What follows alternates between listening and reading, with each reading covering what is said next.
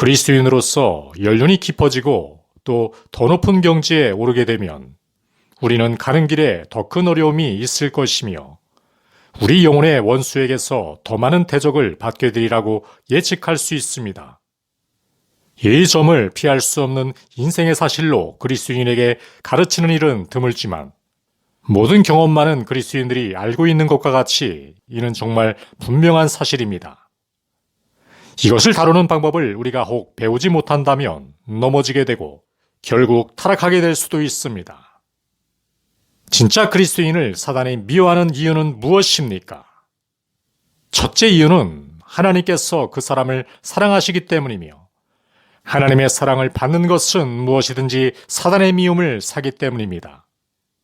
둘째 이유는 사단은 하나님의 자녀인 그리스도인이 그 아버지를 닮았고 또한 믿음의 한 식구들과 닮았기 때문에 미워합니다. 사단이 옛날부터 갖고 있는 시기심은 조금도 줄지 않았으며 하나님에 대한 증오도 전혀 줄어들지 않았습니다. 사단에게 하나님을 생각나게 하는 것은 무엇이든지 그의 독한 증오의 대상이 되며 여기에 다른 이유는 없습니다. 셋째 이유는 진짜 그리스도인이 전에 사단의 노예가 되어 그의 배를 줬다가 탈출했으며 이로 인해 당한 모욕 때문에 사단은 그리스도인을 용서할 수 없기 때문입니다. 넷째 이유는 기도하는 그리스도인이 사단의 정부에게 끊임없는 위협이 되고 있기 때문입니다. 그리스도인은 거룩한 반역자로 이 세상으로부터 풀려나 있으면서 하나님의 보좌에 나아가는 사람입니다. 사단은 어느 쪽에서 자기에게 위험이 닥칠지 도무지 알 길이 없습니다. 언제 또 다른 엘리야가 일어날지 아니면 다니엘 같은 인물이 또 일어날지 혹 루터나 윌리엄 부스 같은 위험한 인물이 다시 나타날지 누가 알겠습니까? 조나단 에드워즈나 찰스 피니 같은 영적인 거물이 나타난 말씀을 전파하고 기도를 해서 한 도시나 혹은 한 지역 전부를 해방시킬지 누가 알겠습니까? 이런 위험을 그냥 참고 넘어가기에는 너무 큰 터라 사단은 이제 막 믿은 사람에게 가능한 빨리 다가가서 그 사람이 너무 무서운 적이 되지 못하도록 막으려 합니다. 그리하여 갓 구원받은 신자는 즉시 마귀가 쏘아대는 불화살의 주요 목표가 됩니다. 사단이 그리스도의 군사를 제거하는 최상책은 영적으로 어른이 되기 전에 그 사람을 파멸시키는 것임을 알고 있습니다. 젊은 모세 같은 인물이 거물로 자라나서 한 민족을 해방시키기 위해서는 절대 안 되는 것입니다. 아기 예수라도 감히 어른으로 자라 세상 죄를 위해 죽게 해서도 안 되는 것입니다. 막 구원받은 그리스도인을 일찍 파멸시키든지 아니면 최소한 제대로 못 자라게 해서 훗날 그다지 골칫거리가 되지 않도록 만들어 버려야만 하는 것입니다. 지금 나 토저는 사단이 믿는 우리 그리스도인들을 육체적으로 죽이는데 골몰하고 있다고는 생각하지 않습니다. 전투에서 어떤 영적인 행동을 하다가 죽은 군사는 그 군대에서 그다지 큰 손실이 아니며 오히려 그 나라로 긍지를 갖게 하는 대상이 됩니다. 한편 싸울 수 없거나 싸우려고 하지 않고 적의 총소리를 듣자마자 도망가는 병사는 그 가족에게 수치요 자기 나라의 치욕스러운 존재입니다. 그러므로 믿음을 지키다가 자기 목숨을 잃은 그리스도인이 이 땅에 있는 의의 군대에게 막심한 손실이 되는 것이 아니며 마귀에게 승리를 안기는 것도 결코 아닙니다. 그러나 믿는다고 고백하는 신자들의 부대원 전부가 너무 겁이 많아서 싸우지 못하고 너무 잘난 체 하느라고 부끄럼도 모른다면 이것을 보는 원수는 회심의 미소를 짓게 될 것이 틀림없습니다. 또 이로 인해 그리스도의 교회 전체가 부끄러워 얼굴을 붉히게 될 것입니다.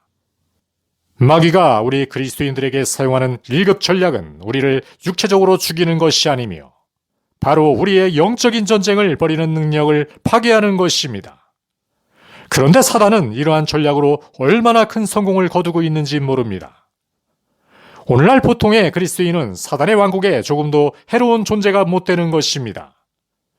그런데 이것을 아는 이가 거의 없습니다. 요즘의 그리스도인은 전사의 갑옷을 입고 있지만 조금도 남 앞에 나서기를 꺼려하는 어린아이입니다. 또 날개가 있지만 높이 날 수 없는 병든 독수리 새끼입니다.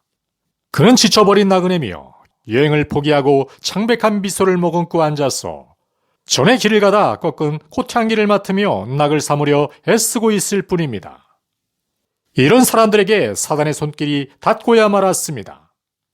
사단은 일찌감치 이런 사람들에게 다가갔습니다. 그릇된 가르침이나 부족한 가르침을 받게 하거나 아니면 타락한 교회로 인해 엄청난 좌절을 맛보게 함으로써 사단은 믿는 자들의 결심을 약하게 하고 믿음을 어중간하게 만들어버리고 공을 세우려는 인간 본래의 충동을 부채질하는 데도 성공했습니다. 이제 그리스도인들은 종교기관을 유지하며 그저 재정적으로 기여하는 통계 숫자와 다를 바 없게 되었습니다. 그리고 얼마나 많은 목사들이 이런 영적인 소장품들로 가득한 교회를 무슨 박물관인 양 여기고 자기는 그 박물관장 노릇을 하는 것으로 만족하고 있는지 모릅니다.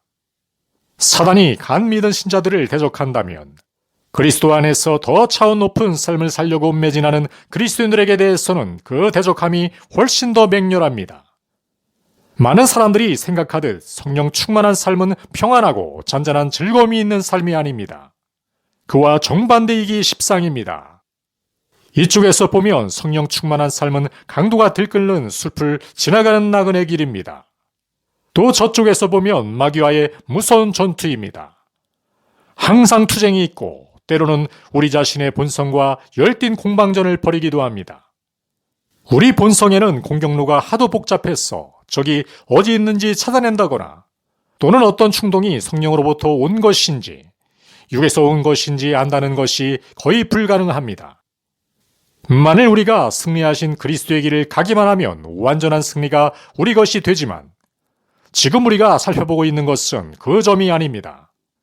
여기서 말하고 있는 나의 요지는 만일 우리가 이런 싸움을 피하고 싶다면 그저 물러나서 오늘날 받아들여지고 있는 허약한 그리스도인의 삶을 정상적인 것으로 받아들이면 됩니다. 사단이 원하는 것이 바로 이것입니다. 이렇게 하면 우리의 능력은 땅에 처박히고 성장은 저해되고 우리는 어둠의 왕국에게 아무 해도 없는 존재로 전락하게 됩니다. 타협하면 모든 압력이 사라지게 됩니다. 사단은 싸움을 그만둔 사람을 괴롭히지 않을 것입니다. 그러나 싸움을 그만둔 대가는 고요한 침체의 삶이 될 것입니다. 하나님의 영원한 아들인 우리가 그런 삶을 살 수는 없지 않습니까?